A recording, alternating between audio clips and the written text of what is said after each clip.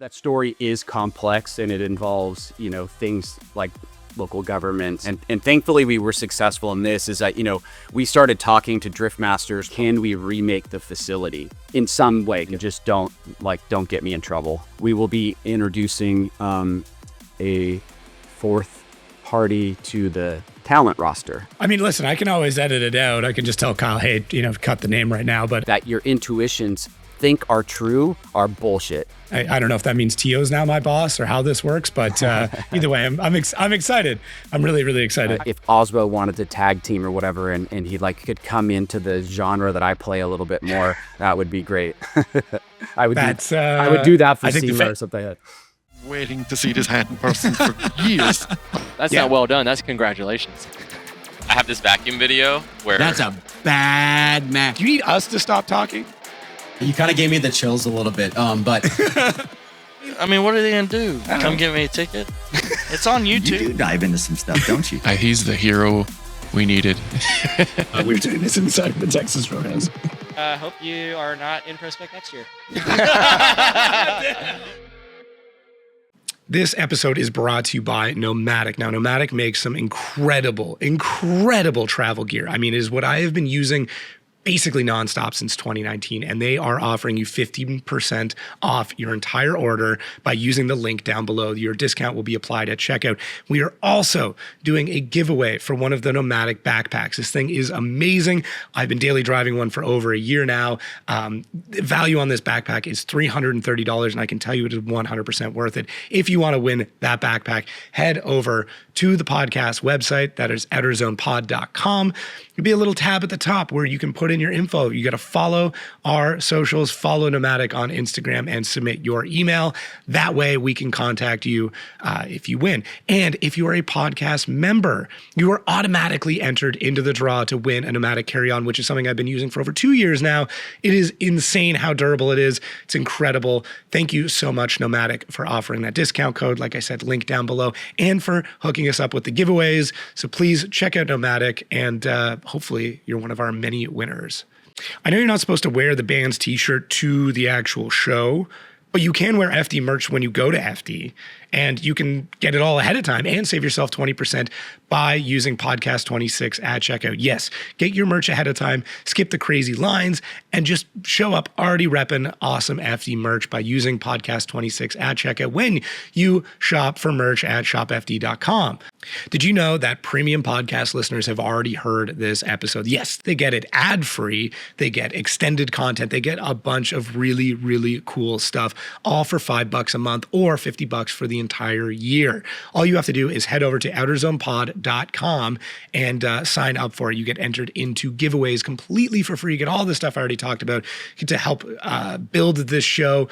We talk to our members a lot about what we want to do about guests and giveaways and promos. You get a discount on Outerzone merch. There's so many cool things that you get with this. It helps support the show. It helps us do cool things and bring you just more amazing content. We have so much cool stuff in the works for this year, and we already thank all of the members that have already signed up. So if you don't want to sign up, I totally get it. You get episodes the exact way you've always gotten them. This is just a way that you can help support what we do here at the podcast just a little bit more. So thank you for your consideration, and back to the show. What's going on, everybody? Welcome back to the Outerzone, the official podcast of Formula Drift. My name is Jacob Gettins, and we have the big man himself, Mr. Ryan Sajon. What's going on, dude? Not so big anymore, but how are you? I'm good. What do you mean not so big anymore? You look as tall as ever. Well, I used to weigh like 185 pounds before my wife and I had a baby, and now I'm down around like 170. So I've got some clothes to change and things like that, but it's actually kind of nice. It's a lot less damage on my two surgically repaired knees.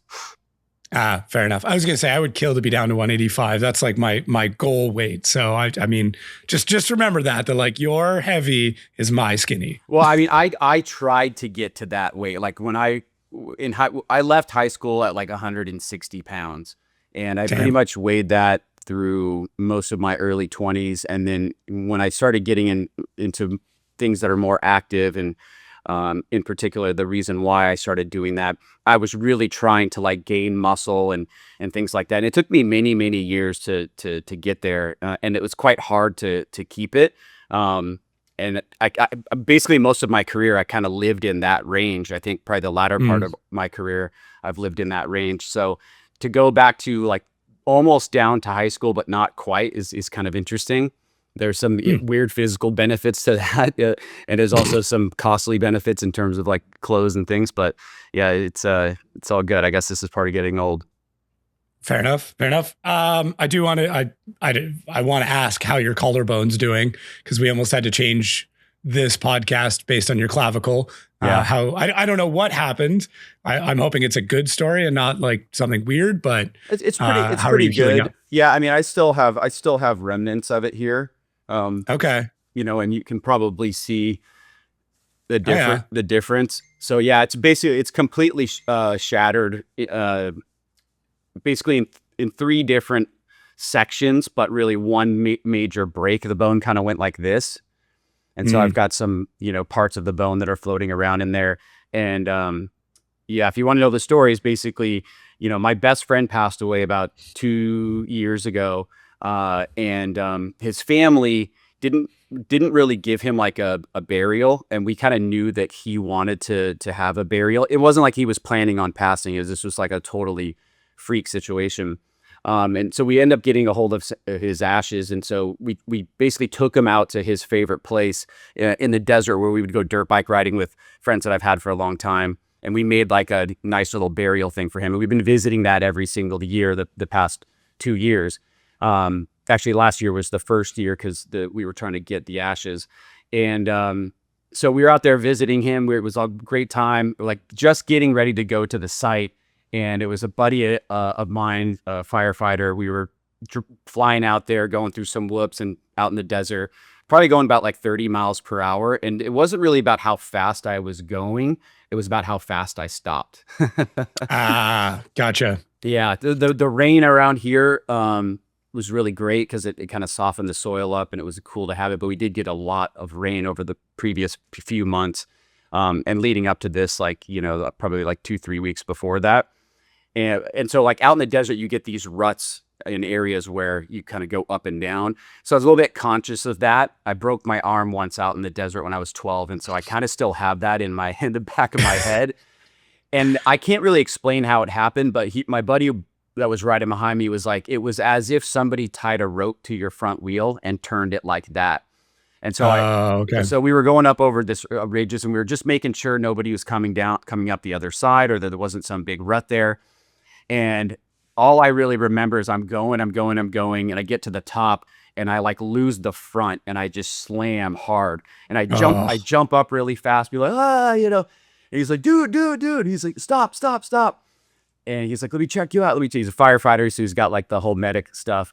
And he's like doing this. He's like, I don't know. He's like, something with your shoulder right here. And I was like, oh yeah, there is some. He's like, do you have any range of motion? And I go like this, and it goes. Oh, yeah. And then I could feel the bone rubbing in there. And it was like when the adrenaline went down, it was pretty painful. I kind of had to ride about like 15 miles back to camp, and then pull an 8,000-pound trailer 6 hours back to the emergency room. So it wasn't very exciting, but yeah, it's a good story, I guess.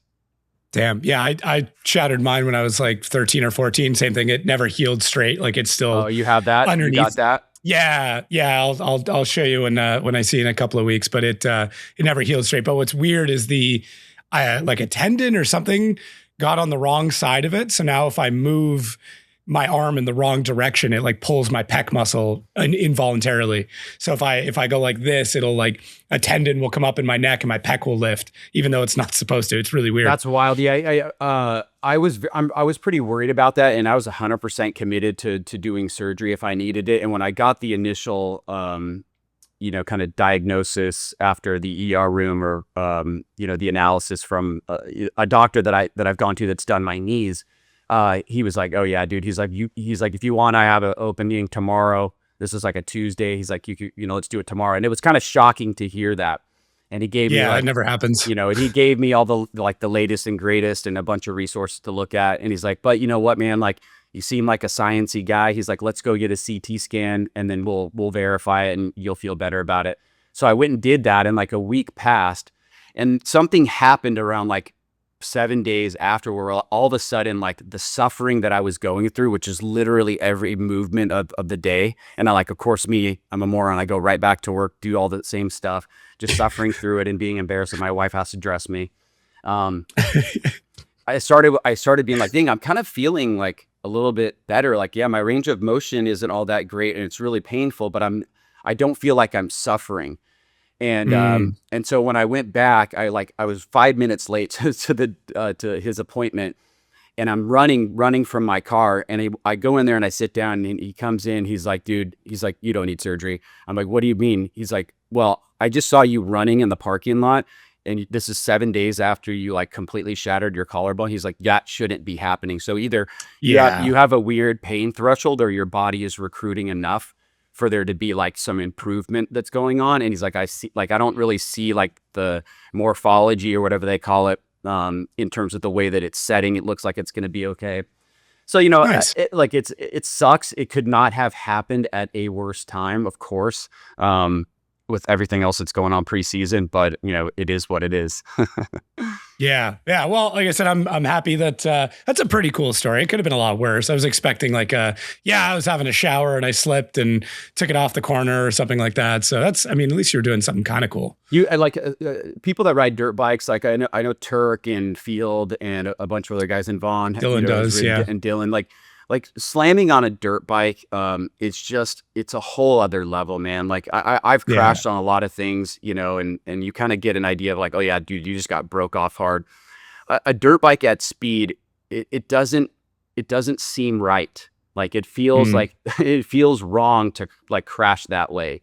And you're basically like, it's kind of the point of it too, right? Like if you're like, hey, I crashed on my street bike, you're like, dude, did you live?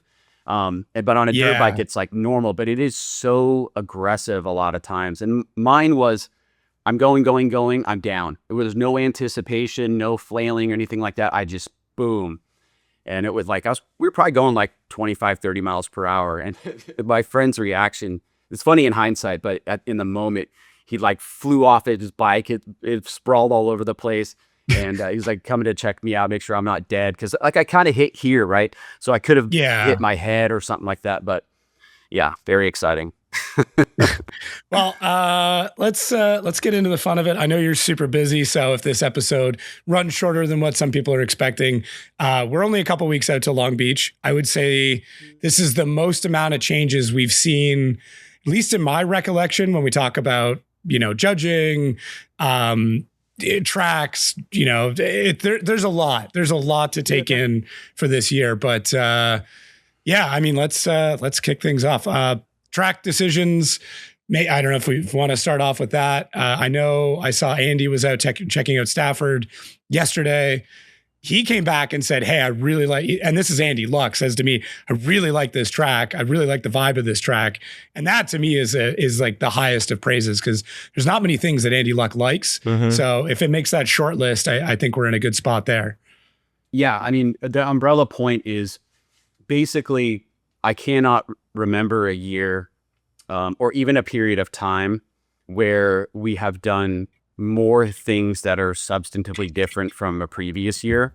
I mean, to put it in context, from last February until now, it's not even not even a competition has been the hardest and like craziest amount of change in my career that I've ever had, me personally. And I know I think the staff thinks that too, but the events, I don't even think about that as a change anymore.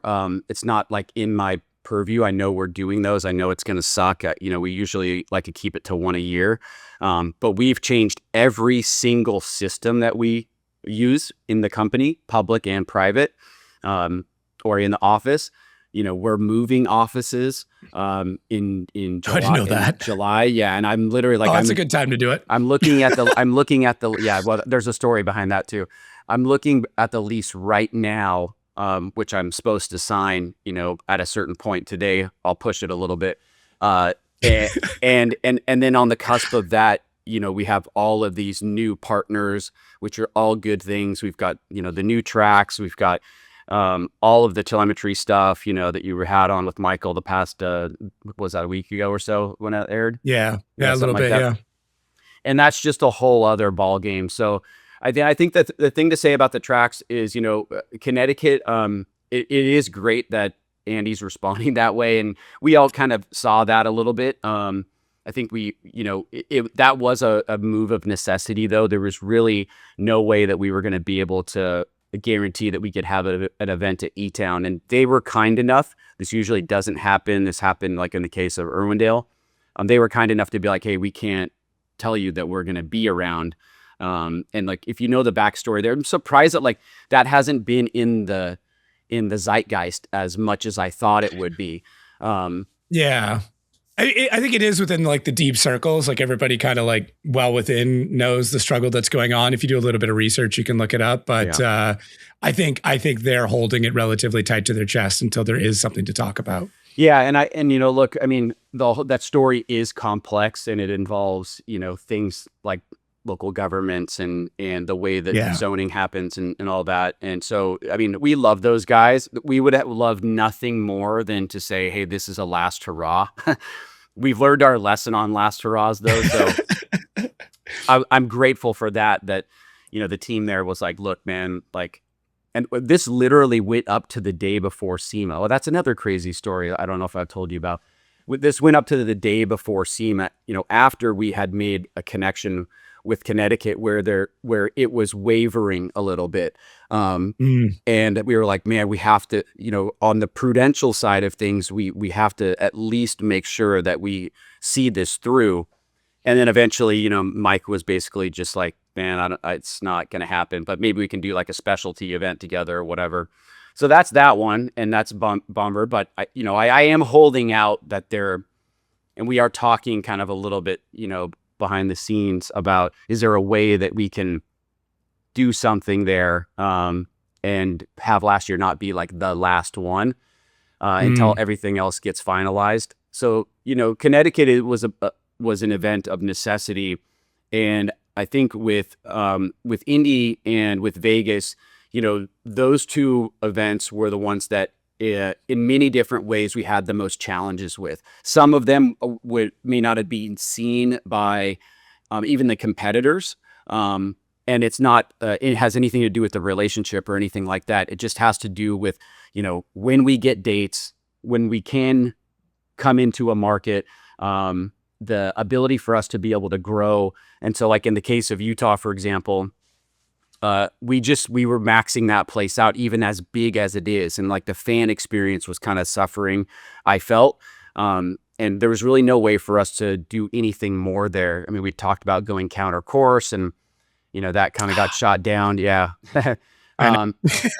So when Vegas became a discussion was when there was an openness to, can we remake the facility in some way? Can we at least remake the track surface? And if we do, if we invest in doing that, we'll sign a longer term deal. So that's one of the ones that we have a longer term deal with, which we generally don't do in a first year. But since we've been to Vegas before and the market's grown a lot since then, that seemed fine. And, I can't really report on anything on that now because they're basically like in the process of doing that.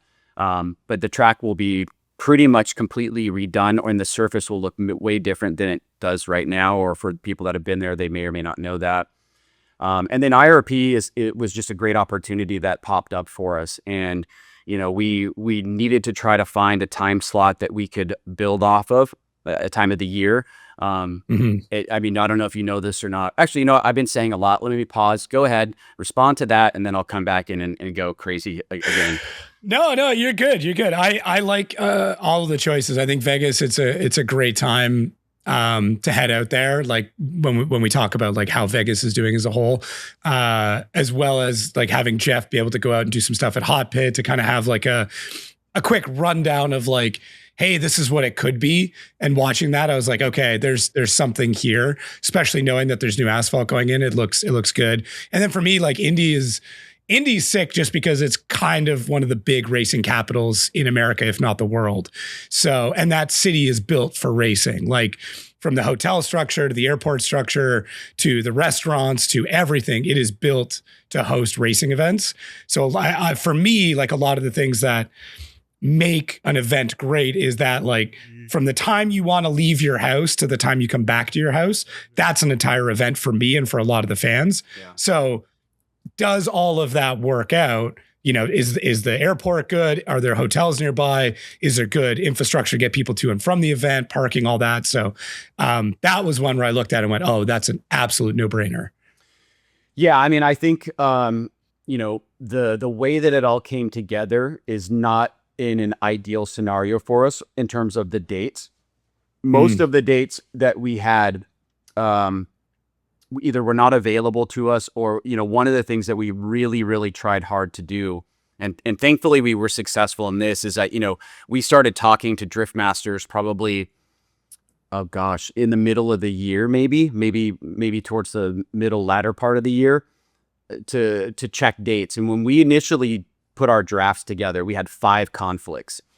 And, you know, you know how it is, right? Like, it's like, okay, you know that some events have possibilities of moving dates. But if you do that, there's another chain that starts and kind of could potentially cause problems in other areas. And so there's at least 3 or 4 dates that we have right now that we don't necessarily like as the date, but it's okay, I think, in the first year to have that. We've been talking about moving Road Atlanta off Mother's Day weekend for a long time. They've kind of given us that latitude to do it. We had originally had that date moved, but then there was a conflict with Drift Masters, so we went back to Mother's Day weekend. Same thing with Orlando. You know, I know you're not a big fan of the Orlando date. However, I will say that the date that we have had over the past 3 or 4 years, which is the one right before the weekend before June, has been the best weather that we've ever had on a consistent basis. It's when you get into June is when it has become hell. Now watch, it's going to be hell this year, just because I said that. Yeah. But regardless, if we can move that date to the beginning of or the end of April, and then have Road Atlanta go to the end of May, that would make everything much more amazing for us. And the same goes for Indy as well. Like, we don't really want to be in July, August, but, you know, they have, as an NHRA track, they've got certain dates that they have to hold way into the year. And the dates that they had available were kind of limited to us, or they conflicted with other things that we had. So I think that's another one that we want to kind of tighten up a little bit. And that had an impact on the date that we have for Seattle, right? Seattle is never that deep into August. And it's going to be really interesting because it is on the tail beginning of the fair, that massive sea fair that they have. Yeah. So we lose we lose some square footage. I think we lose our compound altogether, and maybe at some parts of where the car show is. So that's going to be kind of interesting. But, you know, we had to have it at that time of the year in order to make other things work. So we know in this first iteration of like this kind of new schedule, everything is probably going to be kind of feeling out. Anything that's new is going to be feeling out whether or not that it makes sense for subsequent years. Yeah, and you guys are juggling not just Drift Masters, but like you're juggling like Grid Life stuff and other events, like fully aware of like the entire North American drifting schedule to try not to step on as many toes as possible, which is, you know, massively respectful. And it's nice too, because like certain series just have dates where they're like, no, they always do it the second weekend of June. So like, we know we can't be in the, you know, the Northeast the second weekend of June, because we're going to lose, like, we're going to make people choose things and we don't want to do that. So that's very admirable of you to work around stuff. Date equity. You know, I know a lot of people, like in the event world, love date equity, what they call that. Yeah. And I see the benefit of it in terms of what it does to the psychology of people that are trying to book dates. They might say, oh, Formula Drift is always on Mother's Day weekend. You know, there's no chance they're going to change it, so let's avoid that date. It's helpful in that sense. But, you know, it can become a challenge when you try to do expansion, or if you're trying to hit a market, or if you're just like we really want to try to avoid that part of the year because of the, what the almanac says or whatnot. Yeah. Then you want to have that flexibility. But you're right. Like Drift Masters, Grid Life are kind of our two primaries because there's a lot of overlap in athletes and in other areas. And then, you've got stuff like there are gigs that drivers want to do, like Pikes Peak, for example, that we try not to conflict with. But at the end of the day, there usually comes a point where we have to make a decision, and it may or may not be the best for everybody. I mean, one year we moved our Salt Lake City date because we had two drivers that are like, hey, I have a once in a lifetime opportunity to do this thing, and it's on the date that you guys have published. Is there any way you can move it, a week forward or a week later? And, we'll do that if we can, and it doesn't affect anything else, because we obviously realize, like, look, like, it's hard to make a living in this business. And if you're out, and we want to actively support you doing other things, like you're with us 8 weekends a year, and you're a professional driver that is trying to expand your program. We understand that it makes sense. And you guys are not under a, very tight kind of restriction agreement with us. If you need to go do other things. Now, if you're going and doing other things that are like a negative to us, maybe we'll have a little bit less sympathy for that. Yeah, of course. But nobody really doing that. So, and I can't really think of one where I'm like, oh yeah, no, we don't want that. So it's okay. Yeah. It's just, you have to be a little bit more flexible. No, that's fair. I obviously want to address your shirt. So you've got something that's more or less in what you said you guys printed internally, but FD Studios, cool announcement, vague announcement. It was kind of like, I've had, I don't know how many people ask me what the hell FD Studios is. And I'm just like, I don't have a solid answer. The answer I've been kind of giving is like, they just want to bring a bunch of new content and kind of work within in-house to make it happen. So I don't know if I'm on track with that or if it's something completely different than what I thought it was. So FD Studios is not a new brand per se. We had an iteration of this probably about 6 to 8 years ago. And it's when we had partnered with a production company. And part of that deal was that, because we're the rights holder of all of our content and, we have access at our events, it would allow us to be able to try to create additional opportunities for in-house videographers, external videographers for additional gigs. And there also could be a place, say, for example, if brands needed licensed content to produce a commercial, whatever, that could happen. I think that the way in which we partnered with that group was, I would say only moderately successful, but not in successful the way that I thought that an independent studio could work.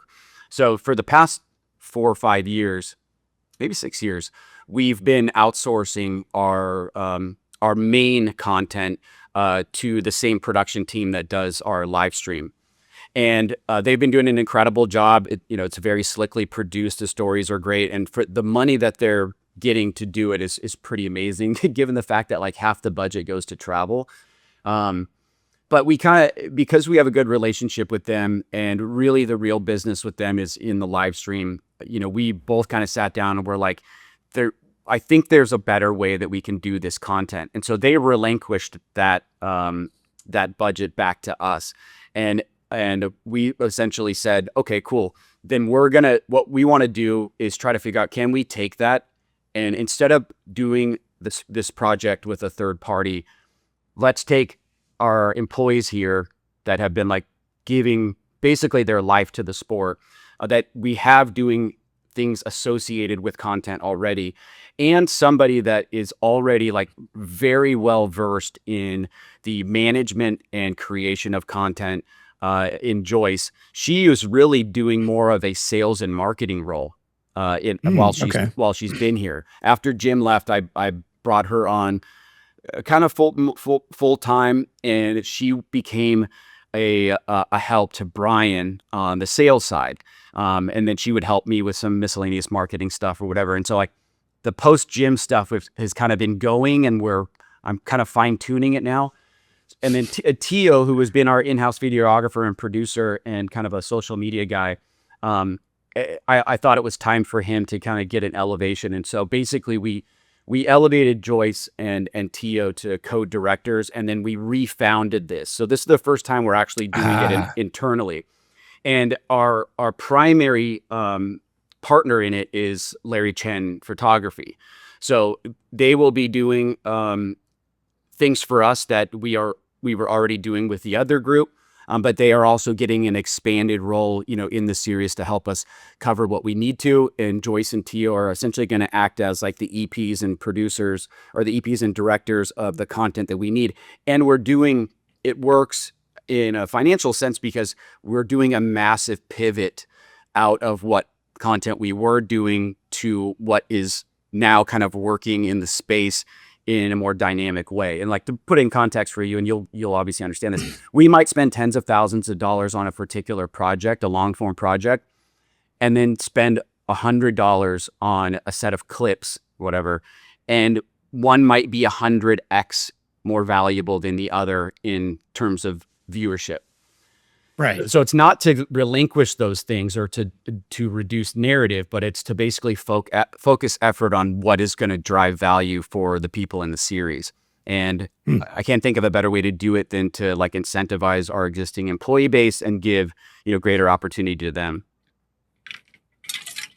That's fair. So it's basically just taking the content that you guys already, the fans are already watching and they know and love, and then just going like, hey, we're just moving that from this external team, giving the power back to more of the internal team, and still working with essentially the same groups of people. Because like, even with the Larry Chen team, most people don't know, like a lot of the clips you're seeing on social media, that's part of their team doing that. Then it's coming back either pre-edited or Tio's putting his magic on it. Like, I mean, I know like the hype videos and stuff like that, Tio's been absolutely crushing. Like the work into those have been amazing. So from somebody that edits a lot of video, I watch those and go like, holy, that could be an entire week to make a 45-second piece of content. But no, that's exciting. I'm super stoked about that. Like, I think too, it keeps it all internally for the fact that it's the people that are the closest to it, right? Like Tio and Joyce, they live, breathe this sport. And this isn't anything against the production team. Like, they're doing a whole bunch of other stuff.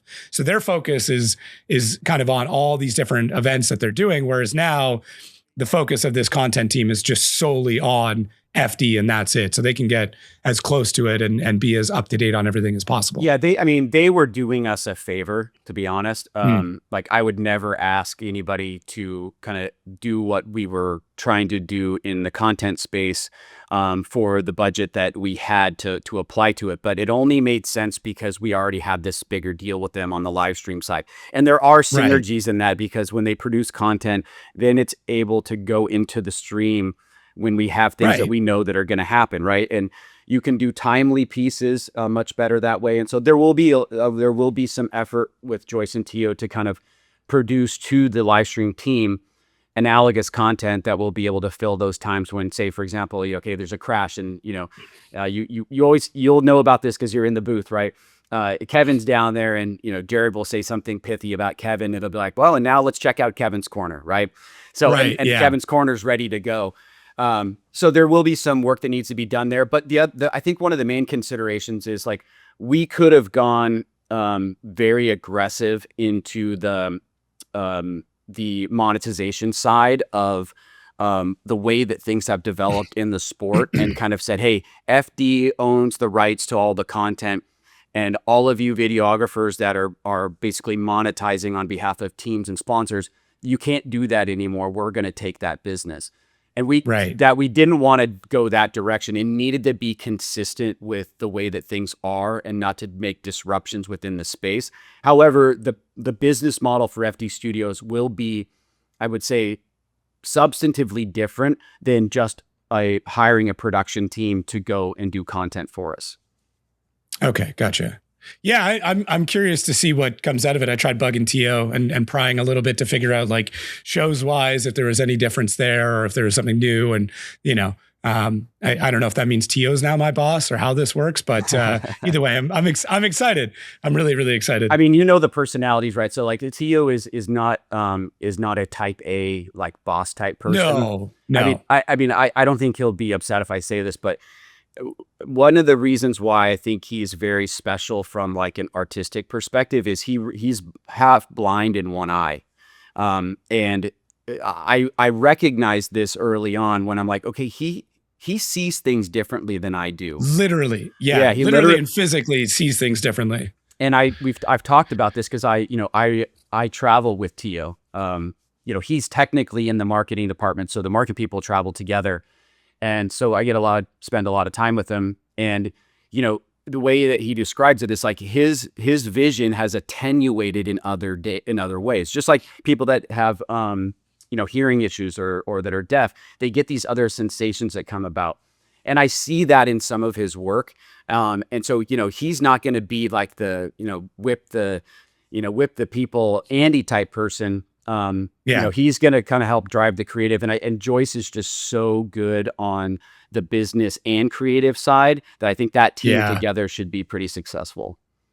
Yeah, it's a great pairing. And yeah, I think having Joyce be, a little bit more assertive and just incredibly well organized and persistent.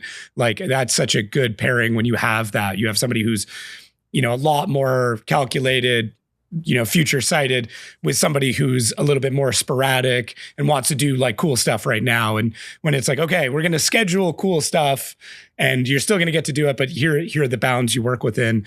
To me, that's the best way to have both a creative with something that has a scheduled output. Is you need both of those things. For sure. I mean, I love both of them so much. I mean, Joyce is one of my most favorite people in the world. She's just an incredible person in general. And what I saw that was happening in the office, because she was working a lot on sales, is she was doing like Excel spreadsheets for account receivable, and it was taking up crazy amount of her time. And she was doing that because she felt that she needed to. And I'm like, we didn't hire you to do paperwork. We hired you for your creative brain and because of the way that you interact with the industry. And so I do think that this will be a better fit for her as well, while she's still going to do all the stuff that she likes to do in her prior role. So nice. That's awesome. That's just good management of like looking at what people want to do and what they're good at and making sure that they're fulfilled with that role as opposed to just, filling a chair. I hope so. I mean, that's my business philosophy is, I think, maybe a little bit different than like your standard executive. Can confirm. So can confirm. I like to let people do their thing and then just don't get me in trouble. Yeah. The rule you and I have, I think, is like, hey, if you think it's going to be a problem, at least just let me know that it's going to be a problem. And if we can head it off, we will. But like, I just want to know it's going to be a problem, and that's it. Yeah. So it's been good that way. Sorry, it's just like a bunch of memories of emails that I've had to send. Have been like, hey, just giving you a heads up on this one. Just want to let you know, there's so many emails I've sent that said that. By the way. By the way, there's a few PS, remarks in there as well. I guess like any other big changes that you want to get into that at the time of this recording that maybe haven't been made public yet. As a reminder, I think this will be public wide April 1st. So this isn't an April Fool's joke, whatever's about to come out, even though maybe we'll have some kind of joke going on. But yeah, let me try to rattle a few off, and you can just butt in if I go on too long and you want more explanation. But I mean, like I said, you're right to say that this has been the most change, and usually that's directed towards stuff that's related to competition. But I can't remember a time when we've had more change across the entire scope of the business. So in the coming weeks, we're going to be announcing 2 major partnerships with totally non-endemic brands. They're 2 of the largest sponsorships that we've ever been able to put together. One we did in conjunction with TKO, which has been, like on the corporate behind the scenes side, has been kind of active and we've been a part of since last February, but really has only really kind of started to come to fixation in the past few months. So that's been really, really exciting and cool. And it's just a totally different world seeing how like the big dogs do it.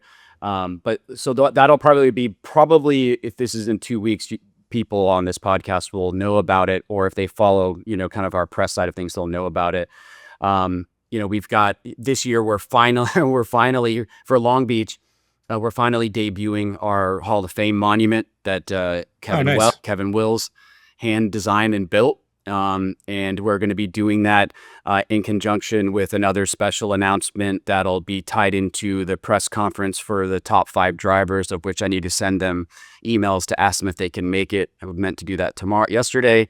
And then we'll have our Hall of Fame inductee at that as well, and having him, pull the drape off and show everybody like what we've created, or what Kevin's created.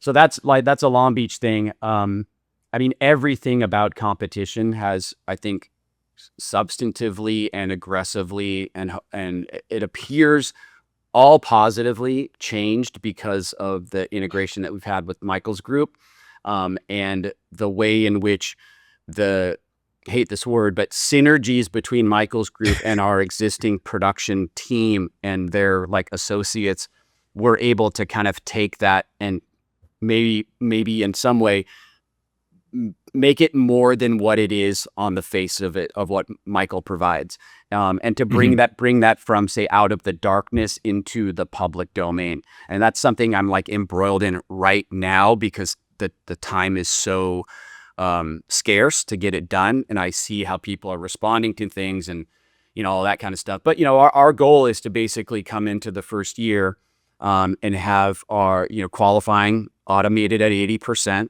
20% left up to the human judges, just focusing on style, trying to not have any overlap in the categories, though like we all kind of know in some sense it's almost impossible to do that because of the word style and what that's supposed to mean.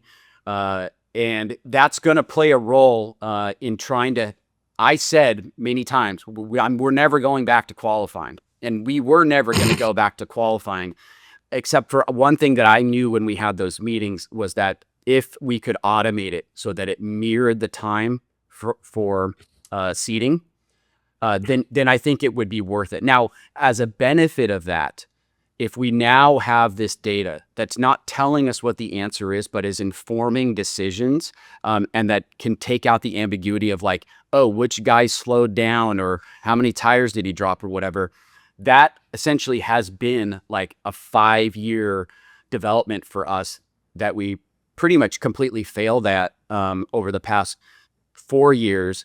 While I think we had some good ideas and people working really hard, we just didn't get there. With Michael, that has now become possible. Yeah, I don't know if people can truly appreciate like how much this can change, and what it's going to end up doing. For the record, to quote you always said, to run qualifying in the traditional sense will never return. Oh, good. You were always very specific as to what you said. Yeah. Yeah. That's right. There was every time I was like, that's a lot. That's a big opening in there. There's a lot of, by making that statement so finite, that left so much more on the table. Yeah. So yeah. And yeah, I agree with it. Like from a production standpoint, from a time, from an audience, viewing point, it's got to be quick. It's got to be regimented. Like, unfortunately, the viewing length of most people now is getting shorter and shorter. So if we can find ways to neatly fit within a good production window and attention span, then all the better for the sport. Look, I mean, we exhaustively tried to explore other options that people wanted, and the data that we got back from teams and also the conversations were like some of the most interesting that I think I can remember in the sport's history. But the people were like, "Oh, just do it," and it's like we can't do it unless we change something about pro spec on combined weekend. So what do you want to sacrifice? And if you think it can be done, just show me how it works. And obviously you can't, because you just do the math of time, and then that's not even factoring in crashes or anything else. So, but sorry, I cut you off. Go ahead. No, I agree. I mean, I put my ideas in the ring as to what I was thinking, like single run and then bottom 8, battle it out and stuff like that. But every time we would run through the math, and it's like, no, we're still 3 hours or whatever, because inevitably something will go wrong, right? Like single run. I think we single run 1+1. We could have done. It's the 2 non-consecutive ones. I mean, the last 2 iterations that were on the table, one from Kevin, one from me, basically nobody wanted. So Kevin's was just one run, forget about it. And he had a way to kind of incorporate something that would allow for driver counts above 32, because obviously, there may be a potential problem there. Mine was more aggressive, I think, or maybe his is more aggressive in concept, but I thought mine was more focused on like the entertainment side. What I wanted to do, if they wanted to go that direction, was single run, and then the top 8 battle out for the last 8 positions, so that the best guys get a second run, right? So you basically kind of have an F1 style type format. So the old way used to be the bottom 8, whatever, battling for those positions, right? This would be one run secures everybody, and then the last 8 are battling for those seeding positions, 1, 2, 3, 4, 5, 6, 7, 8. But you think about that real quick, and everybody sees like the negative for them in it. Well, what happens if I don't get a score on the first run? Well, that's the risk. So people didn't want that.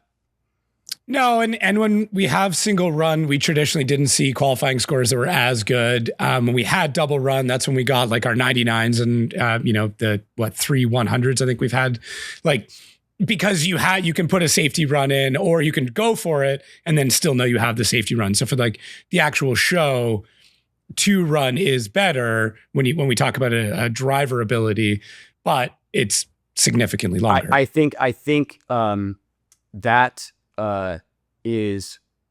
applies across the entire spectrum of the driver field.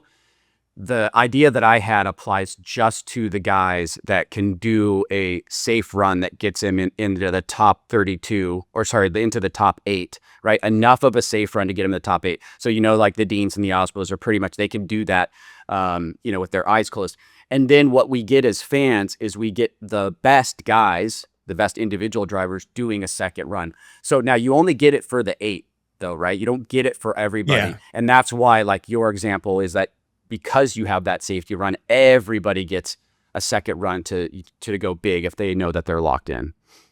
Yeah, and we could get some crazy runs out of it, but I mean, I think we could go back and forth like the pros and cons of all of it, and none of it. I'm none sure of it's everybody clean. will in the comments, but yeah, it's just there's always a flaw in it, and I think that's it's just, I mean, no matter what, we're going to run into something. But no, I'm happy with the choice. I'm really excited. I've actually, even since the podcast, had a bunch of conversations with Michael to run through other things and double check stuff, and me just being like, oh, what about this? What if we run into this? What's this problem? So, but he's been very responsive and kind of has an answer for everything, which is good, or at least is like, you know what? You're right. Let me run it. Let me run that scenario, and then I'll give you an answer. There's so much of that. There's so much of that what if this happens thing. Because I think in some sense the American market is different. And also what we're doing is kind of a first, right? Like in order to do what we're doing, there has to be additional technology that's written to get that to the general public. We also have to basically decide, how to structure points values. But I could tell you, like, I'm not trying to like blow him up or anything, but like he has been one of the most professional and courteous people that I've ever worked with in my career. And he has a way of disarming those that are like, they're trying to get to a what the F point, Michael. Yeah. He has a way of disarming that in such an Australian kind and courteous way. And then you see the other side kind of tamed a little bit and understands. The reason why he believes this is because he has literally looked at the physical data from thousands of runs over X number of years and can tell you things that your intuitions think are true are bullshit. Yeah.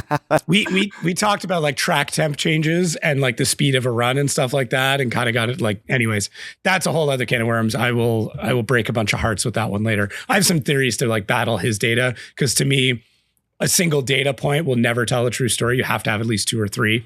But anyways, it's fascinating. That's definitely true. That is certainly true. I think he tries to do it on the.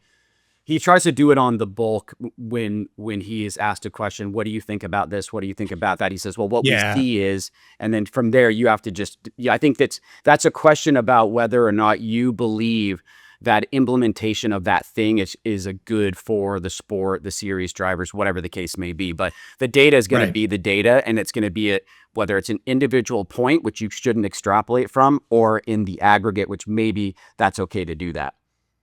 Yeah. There's a fine difference between those two things. Absolutely. Is like, hey, in a moment, this could be this, but same thing as we have found, and as every fan has found, like every time we think that this is sorted, some crazy scenario comes up, like wet paint or some, and it's always human. It's always human, right? Like machines are significantly better at doing things, and it's always the human that ends up screwing up the whole scenario. I mean, yes, I think it's true. It's oftentimes humans, but I just want to say that I believe that if anything bad can happen, it will always happen to us. So I just believe that is baked into the ether of the world. Yeah, that's fair.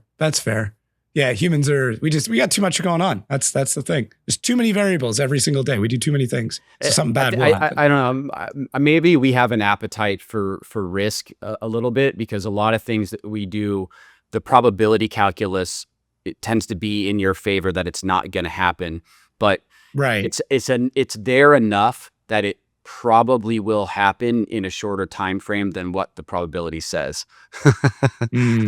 Yeah, it's fair. When you're constantly weighing risk benefit analysis, like every decision of every day, and for the most part you go with what's good, you constantly forget that even if there's a 1% chance something will go wrong, that still means that if 100 times, one time it will go wrong.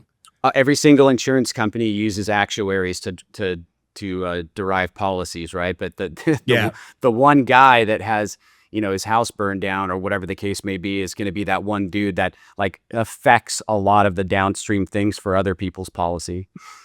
Yeah, every rule has a story, right? But on the production side of things, on the actual show, like viewing experience at home, is there anything in particular that might be different going into the season, things people can get excited for or be prepared for? Yeah, I mean, there's so many things that we have in phases, but this is probably the most significant change that we've had in our history when it's come to media rights. And I think for a non-hardcore fan, it might not mean as much to them, because maybe they don't spend their time thinking about like, oh, the UFC just got like a $6 billion rights deal from Paramount, or, such and such just got a new deal on Netflix, and, they just turn on the TV and there it is. But like, if you're in that world a little bit and you look at those kind of things, this year, we have one of those, obviously not a $6 billion Paramount deal, but we're going in that direction where we have spent many, many years, building up the audience and trying to give access as much as we possibly can, distribution across all platforms, and the ability for teams to be rights holders or licensees of our content, use it for free and distribute it, has been something that's been incredibly productive for like the viewership of the sport. And we're not going to change that. But in not changing that, we've limited our options of who we could actually do a deal with, because they're going to want to carve some of that back. But for the past couple of years, as I've been looking at ways to kind of tweak the FD business model and the possibility of implementing franchises, and how that might work for people long term to have an asset in the series if you're a team owner, for example, you will always find that it essentially comes back to the monetization of media rights. And so in order to get to certain places, you will have to give up some of the things that you might cherish. Now, in this initial iteration, we're going to do that, like FD, the series, is going to do that. But we believe that the deal that we're putting together gives us an opportunity to partner with somebody that is a major player in a number of different spaces, but also to answer the question, like, what is our audience really worth, right? We make all these claims about, how many views we get or whatever, but when what somebody is willing to pay for something, especially in the media rights deal, is what they're willing to pay for it. And until you secure one of those deals, all of your data is really, really important, and it plays a huge role in moving the needle for people. But people that buy media rights want to know that they are going to come to the network and that they can monetize it. And a lot of times, the general formula is whatever the media rights are actually worth on a numbers basis, divided in half, and that's what a network should be willing to pay for it. And right. Yeah. That's something, because they have to make their money off it, right? Like nobody's, just because something is valued at this doesn't mean that's what someone's going to pay for it. Exactly. And we complicate the issue by saying, well, we still need to have drivers basically have free reign in being able to monetize their programs, because they essentially, because of this historical thing that we've done, this precedent that we have, a lot of their platforms are built off of that model. So unless we give them a one-to-one replacement, we can't take that away. Now that's going to take a bunch of people off the table right out of the gate. However, it doesn't take as many off the table in the modern era, where most of the networks see that having a strong social media presence is probably the most important thing that a brand or an entity can have. And so there's kind of what I see in the industry is that people are starting, and F1 is a major example of this, right? They basically started saying, we're not going to lock door everything that we do now so that we can keep everything. Actually, it probably makes sense to get out into the world, allow more social stuff to come in, because then we're going to get more eyeballs and audience. And if we get more eyeballs and audience, then all of these other things will come and the media rights will grow. And of course, they went from, people, I don't know if people follow this, before Liberty came in and bought that company, they were worth about $4 billion. They're worth about 20 billion now. Okay. And all they did, if you want to, they're obviously great operators, incredible. The thing that made the biggest difference for them was how they controlled the media rights. And, they did Drive to Survive, and the rest is history. So I think, we need to take that approach. We need to be in the space with those kind of players. Unless we had our own platform that we were monetizing, and, we don't want to have a paywall to, our content, especially not the live content. We have to find somebody that can help invest into the sport and at the same time be confident enough that audience is going to come over. So I don't really want to say the details of the deal. People will probably see it if this is 2 weeks later, but it's going to be significant enough that I think it will help us be able to prove what we think is true. And from that, a lot of really cool things can happen. Fair enough. Listen, I can always edit it out. I can just tell Kyle, hey, cut the name right now. But I don't know if you're willing to say who you guys signed up with. I don't want to say who it is because I don't want to mess this up. But I will say that's fair. This year, FD will be exclusive on 2 platforms only. All of our O&O platforms and this network. And when we get to the top 16 Pro, it will only be available on this network. Now, this network is free. It'll be easily accessible. You can access it from anywhere in the world on any platform. So all we're doing is basically taking it off of our platform and pushing all of the viewership there. So, what people might miss is maybe some shit talking on the comments in YouTube or something like that. But oh no. But we'll have that for everything else. And here's the big thing. ProSpec is along for the ride. Okay. Sick. That's awesome. That alone is massive for that pool of drivers. And that's yeah. Sorry. You should finish that thought, but I just remembered something else that's kind of big, and you can edit this afterwards if you want to, if we think it's too crazy, but please. No, give her. It's all good. I'm just saying that's great for ProSpec because it's just another reason for those drivers to push that much harder. Okay. Right? To be like, no, I get to be in the show. So the 2 other things that are cool is that there is going to be a financial incentive program that is available, that's going to be available to some drivers that take on this responsibility. It'll probably end up being 16 Pro guys. That they will actually be able to get paid for the work that they do in the space. And it won't be any different than what they're already doing right now. So there's an incentive structure. We obviously are also investing back into the sport with what we're getting, but we really actually we think that we're more going to see that in year 2 and 3 as we kind of prove our value. But the network is also investing in programming and tech as well. So we are going to have a brand new traditional Martin Brundle style grid walk show pre-top 32 live. Right now, the first show is a half an hour, but we have it slated for an hour if it's successful. That will basically be the first time that we've ever done a grid walk like that in the middle of practice in an area where normally cameras are not allowed. That's part of what they're investing in. And like, that's one of the things I'm most personally excited about. That'd be good because we get to do something cool, and we will be introducing a 4th party to the talent roster. I already know about this. Anyways, I'm excited. That's awesome. No, that's super, super cool. I mean, I think having that additional budget for infrastructure and things like that will make a massive, massive difference in the way that the show goes.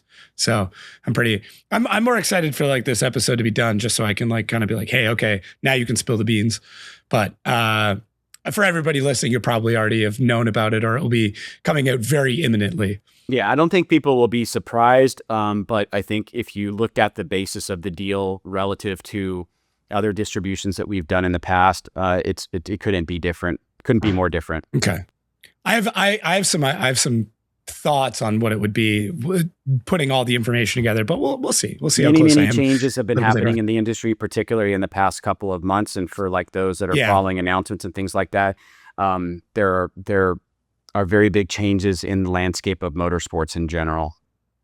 Yeah, it's a pretty crazy time right now, especially with behind the scenes stuff. So it gives me a couple of good ideas as to what it might be. That's sick though.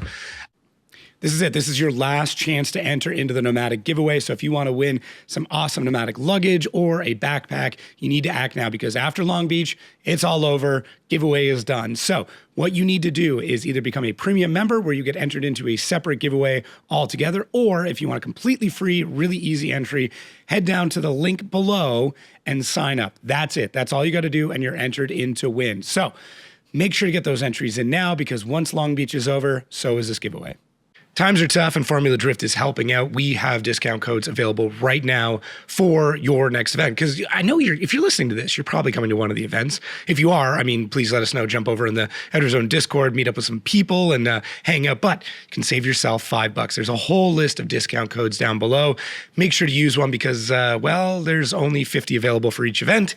So jump on it right now.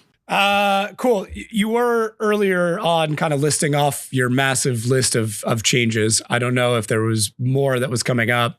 We covered a couple already, but you had mentioned that obviously we're changing the fundamentals of qualifying.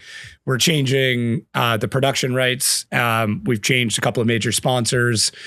I mean, that's pretty much the biggest pillars within the sport are fundamentally changing. So that's cool. I don't know if there's more sprinkles to add on to that massive cake. I mean, there's like kind of minor details that are associated with all of those. I'm trying to think, if there's big stuff that I could break with you. Do you remember if I said anything to you about a certain category? You had alluded that there was potentially like different production equipment that was going on, which I was kind of excited about. Oh, yeah. Obviously. Yeah. Okay, that is kind of, I guess that is big. Yeah, so you're like, I signed that paperwork a month ago. I've forgotten about it and I've moved on. Well, that this is how my life has been, honestly. I seriously considered. Oh, I know. I seriously considered at one point last week, I started writing the first words of a resignation letter. Jesus, not for real, but because I was trying just to make see how point. It feels. Yeah, and then I erased it and was like, oh, geez. But I think the way in which people are going to consume the content this year is also going to change pretty dramatically. Not if you only watch the stream and you're like not involved on social that much, you just watch stream, then you probably won't notice it that much. However, if you are kind of active in that space, the way in which you can watch it and the format in which you can watch it and the potential of a second screen experience is something that we are 100% going to do. I don't know to what extent that we're going to do it right out of the gate. I think right out of the gate for sure, there will be brand new ways to watch the stream, either on our platform or our partners, in different formats and different sizes, and potentially with different, maybe even different people to be interviewed as a second screen. So there's that.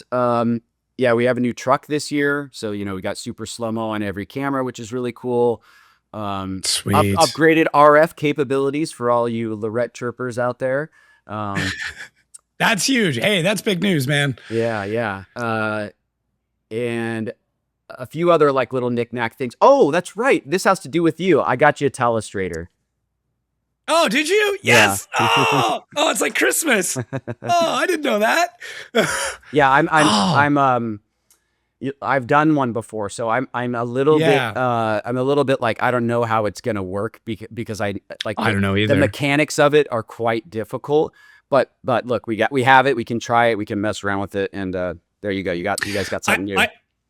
I mean, that's sick. I got to see how the NHL does it, and like I understand a little bit better as to like their workflow. So maybe it's a lot of pausing and communicating with the truck of like what you want, but in one case, in one model is like you have your own version that then gets picked up by the production team.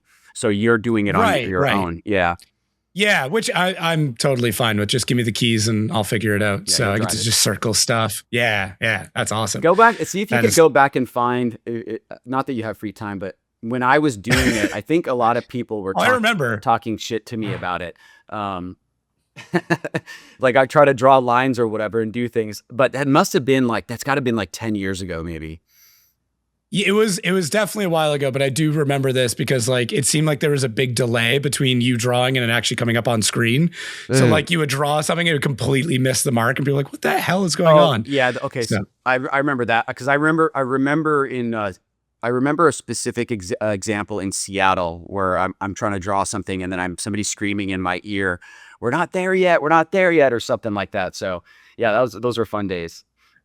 I mean, it's better than the whiteboard that got memed for years. Might still be memed to this day. I like that got memed. It's cool when I get memed. It makes me happy because like the internet is still the most dominant force in the world. Like there's just so many beautiful things that come out of it that I'm just like, man, I'm glad people think this way. So I was very happy about that.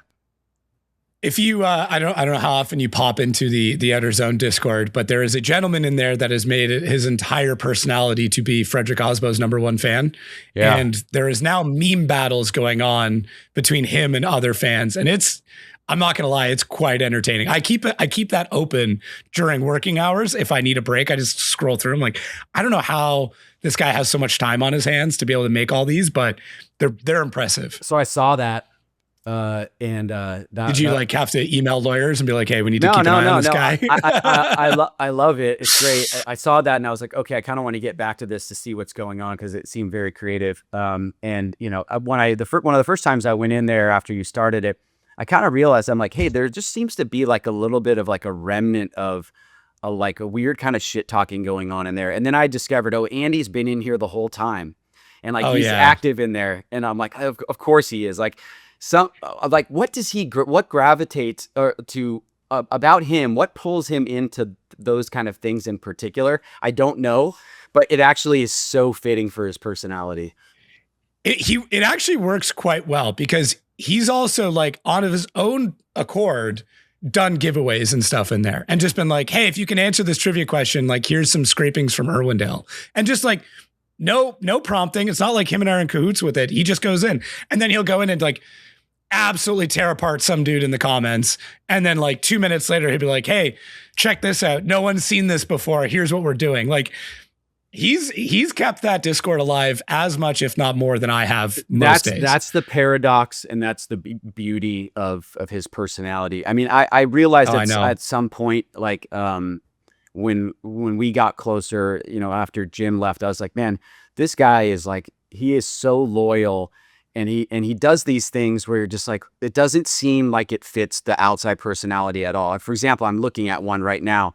Like, he knows I'm a big baseball fan. He also knows that I got really into Yellowstone for a while. And one day I came in. It wasn't my birthday. It wasn't anything like that. We just had like a good week or something like that. And he of course he knows like people in the Angels baseball associate, baseball team or whatever in Anaheim and all that. I come in here, and on my desk is a game worn Shohei Ohtani jersey that's probably worth $5,000 or something like that. I looked it up; it's insane. And then like a couple months later, and it's like one of my most cherished things. I'm not a collector or anything like that, but it's like I just adore that thing. I come in here, and I look off to this. Something catches my eye. So kind of like if you saw a photo like that, it catches my eye. I'm like, what the hell is that? And it's a signed Kevin Costner photo from one of his like headshots from Yellowstone. And he's like, oh yeah, I know, I got this for you. I was hanging out with Kevin Costner this weekend. I'm like, bullshit. My Andy, and of course he was. He really was hanging out with Kevin Costner. Oh, I know. One of my best Andy story. And to provide the juxtaposition of this, a couple days ago, he was in the Discord shitting on me, talking about how I don't know how to drift a car above second gear and that I'm too afraid to. But a few months ago, I was talking about how my daughter really loves anime. Well, he listened to my story, found out what character she liked, and then got the voice actor to sign a Funko Pop and shipped it to my house. Like, just completely like, here you go. Like, hopefully she likes it. And it's like, yeah. But then same thing. I'll say one thing wrong and I'll hear about it for 12 months. So yeah, that's Andy. It's just so he's literally, this gets used too much, I think, but he literally, there's nobody like him. There's just nobody like him. I've never met anybody like him. Yeah. He'll buy you dinner, but then guilt you about it for the rest of the day. Yeah. I bought you dinner, huh? Yeah. I bet you really like that Roscoe's Chicken and Waffles. Like that was the last time we went to dinner. You owe me, motherfucker. Yeah, exactly. Damn. I mean, I don't know if there's anything else you want to like come. I don't know. I don't know what your life has been like. I know how hard it's been to get a hold of you, and not in a bad way. Everybody I've speak to on the inside is like, yeah, this is the most insane year off season we've ever had by far, which I felt brewing because we kind of had 2 years of like, not major, like there was nothing major. Obviously seating was pretty big, but like all things considered, the structure that was FD was pretty sustained. And then you were kind of like, got a little taste of it. And now you're like, all right, throw everything out the window. We're doing it. We're starting over. Yeah. I mean, I think it's, some of this was planned, but some of it really wasn't. I mean, I have, my time horizon for where I think the sport can get to in what period of time and what needs to happen to do that. And, that involves things that are sometimes out of your control.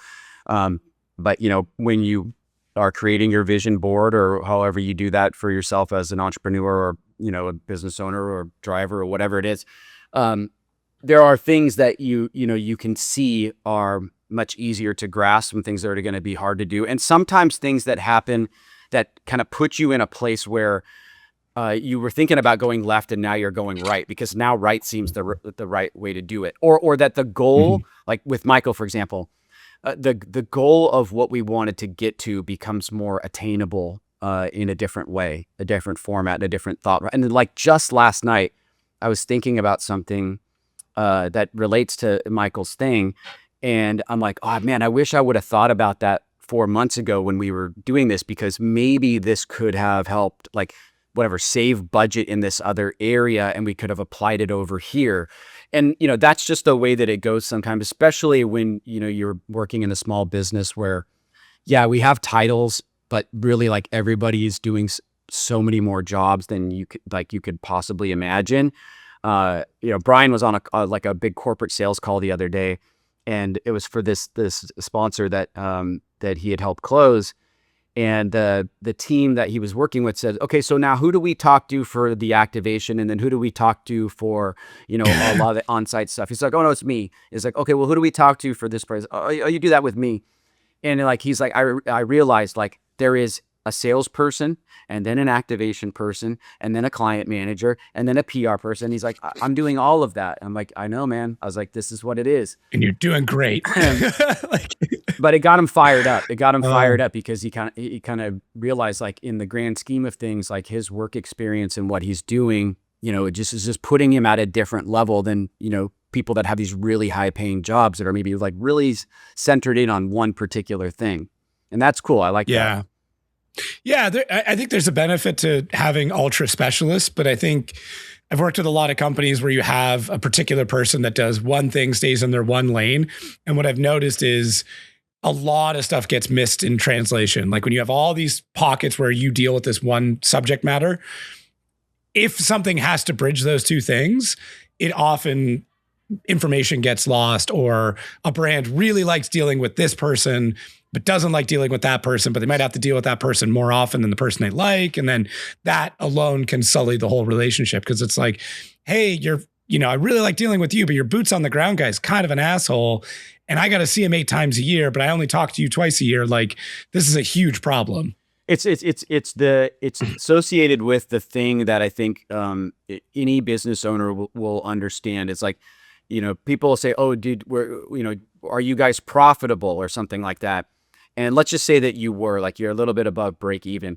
That actually is going to be a massive pain in the ass to deal with, because you have this thing where, like, even if you're net positive on December 31st, if you say, for example, like a driver, you don't start collecting money till mid-June, then you are going to have to go to a bank to get a line of credit to cover your payroll and everything else until that point. And so really, to actually be free of all that, you have to be much further ahead. And you probably also need to have rainy day.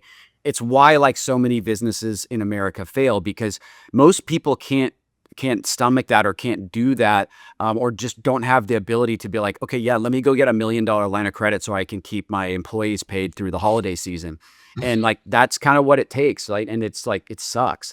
So, I think what helps that is when you have people that are willing to do more things. And like, our employees here are crazy, because like, it's just weird to me that most of them have been here since the beginning. Most of them are so overqualified for much higher paying jobs that this company could never match. But they continue to be here and like drive the business forward in many different ways, whether it's Cassidy or Andy or Brian or whatever. Like, something about that I just never want to like leave. I love that part of it, is like there's like this unique experience family that goes into the teams and drivers as well. And it's all with this kind of thing of like, we're trying to get somewhere, guys. Let's keep going in the right direction. Let's keep making the right decisions. Let's keep working hard. And there's something about that I really enjoy. Yeah, it's a phenomenal group to work with. Like, I kind of knew everybody before I started, but now to like develop, better relationships with a lot of people, like ongoing jokes and inside commentary and, our little gossip circles and all this stuff. And like, oh, did you hear about this driver? And like, that's like that has made the experience feel significantly less like, oh, I'm clocking into work, to being like, oh shit, like I get to see everybody in a couple of weeks, right? Like, I'm not looking at Long Beach going like, well, it's time to go back to work, like get my bags packed. I'm like, man, I can't wait to talk to Brian about, surfing updates. And I can't wait to like hang out and chat some food stuff with Joyce. And, Cassie's going to have all I'm going to get so much out of her when it comes to like off-season gossip and like, just stuff like that. Right. Where like, I get to chat with Sopa about getting my car going. And like, I kind of have something in my head for almost every single staff member that like I want to do. Like Michael, like Fridge, I spent a week at his house in Seattle a couple months ago. Like, oh, no kidding. Like, yeah, oh, like cool. There's so much stuff like that where it's like, it's not going to work. It is work. It's an immense amount of work, but it's not going to work. And I think that's the big difference. Yeah, that's a great way to say it. I appreciate that sentiment. That's cool. Yeah, that's been fun, man. I guess like, what are you working on next? Like, is there any, you mentioned there's like emails and contracts you still have to sign out. I don't know if you just want to like open your to-do list for the rest of the day that I'm interrupting, but like, what does the rest of this day or week look like for you before Long Beach kicks off? The rest of this day is like some of the stuff that I talked about. I do have to actually sign or finish up. I probably need to have like one long conversation with one partner today or tomorrow. We've been working so hard on getting a new office. Like I'm literally on like potentially was gonna like just drive into a brick wall, the other day because I've been working on this so long. But we looks like we're finally rounding the corner on that. That's so important to us because so much of our business is based upon where we're going. Like we started off in Jim's backyard, and then a couple days a week maybe at my house, my apartment, and then to a small office in Irvine, and then into downtown Long Beach high rise, and then to here in Signal Hill, which is it's a standalone building, has some space, but my office looks like absolute hell. We've got stuff in every department that's folding over, especially now it's getting somewhat more extreme because we're close to an event, and like we need more space. Like the business is growing, and we're having space to be able to get the business to where we want it to be. We're gonna need that, and so like we're trying to get that done in July, and we found an incredible place with an awesome owner that is going to be like a total game changer for us in so many different ways. Like it will look foreign to the way that the company is right now, because we're in like an 1,800 square foot building with the back parking lot, and we've got some toys there, and like we're looking at a place that's 15,000 square feet with 6,000 square of warehouse space, and we're going to use it. So that's a huge thing for us. Like it's been just a major drain on me, but I'm not sure if there's anything else that's fun on the inside that I could tell you at this point. It's all good. It's all good. I appreciate the information that you've given, and it'll be cool to see how it lines up with what's publicly revealed, because like we do have to record this a little bit in advance. So I'm really curious how it'll line up when it comes to the actual announcements of everything. Tomorrow, if you want to chat real quick, you can hit me up or whatever. Tomorrow is kind of like a so day, like in like the mid-afternoon my time, or at least I would hope so. So if you forget something and you want to know, just hit me up or text me or something. I can. No, I just want you to reveal all the secrets that you're alluding to, but we can do that later. That's not a big deal. I'm just nosy, so that's kind of my inherent part. It's what makes me love my job is that I get to be professionally nosy. Well, I would have drafted a list and like had it ready to go, but like I honestly could not prepare for this and I had to cancel on you once. Good. So yeah, it's all good, and I think these are the biggest top of mind things, and I don't want to.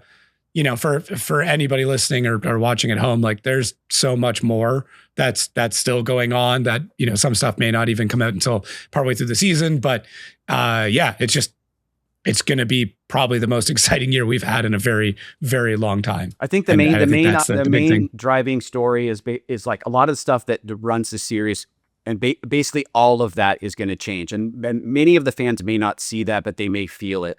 And then the stuff that they see, there are very specific and unique things that will be different this year that on the face of it might be like, oh, I'm just moving over to this platform, or I'm viewing it in a different kind of way. But what that represents is something way bigger than that. So for teams, I think there will be a lot of really cool things that are developed. I hope that we knock it out of the park with the telemetry stuff and the scoring. And like, I don't want it to be a trust me, bro situation. Like I think we have to be able to. I don't think it is. I've seen enough of how the sausage is made to feel very like personally confident in it not being a trust me bro. It's not a trust me bro in concept, but like getting that to interface into the live stream is a real technical challenge. I mean, Michael had to build some APIs to be able to do that. It's never been done before. So like, look, we can put Michael's rendering into the show, obviously that helps that, but I want the product that we're trying to develop to be able to go in seamlessly. And if it does, that will be great. If it doesn't, what we at least need to do is to not go from no sausage to sausage. We can just be like, hey, here's kind of how the sausage is built. Yeah. Yeah, I know what you mean. Yeah, I'm excited, man. I'm super pumped. I hope you are getting some sleep. You're obviously still exercising, so that's good. I mean, not right now, probably a lot of left arm lateral raises, but yeah. Well, I just appreciate. hoping you're taking care of yourself. That's all. Yeah, I appreciate that. You know, it can be hard sometimes to do that. You know, I went to bed at like 1:45 last night. You know, and my wife got mad at me because I was like up again late, and like, you know, I got to be careful about some of this stuff because I think it can't, your personal like way you treat relationships, and especially because I have a 2-year-old, I really have to like remember what's important.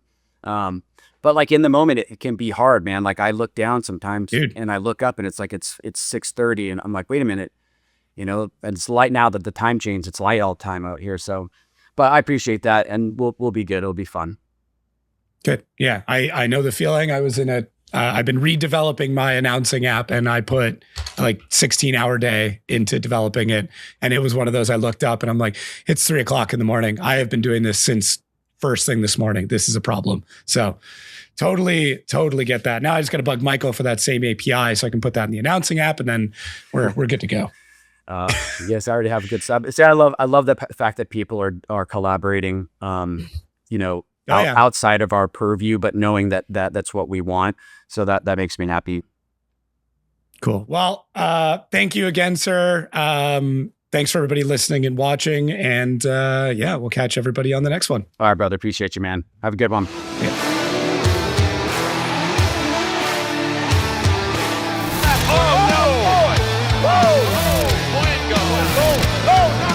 We're here to announce it. Jacob, tell everybody. He's grown a mustache. I'm officially retiring. I will consume nothing but curling for the next 6 months to be prepared for this moment. How about just don't throw babies, dude? Because I didn't believe in it when I first saw it. I was like, yeah, whatever. Like, we've seen stuff like this come and go before. So how are you any different? Speaking of, how many times did you sing Come Sail Away? We were down there on the scooter thing. I was talking to Forrest the other day, and he was like, ha, ha. I was and still am a misfit in a lot of ways. So I want to be around my fellow misfits. Yeah, I got it. Okay. Can we? Sorry. Pause. You do whatever you want. My golf clubs are here. Hold on.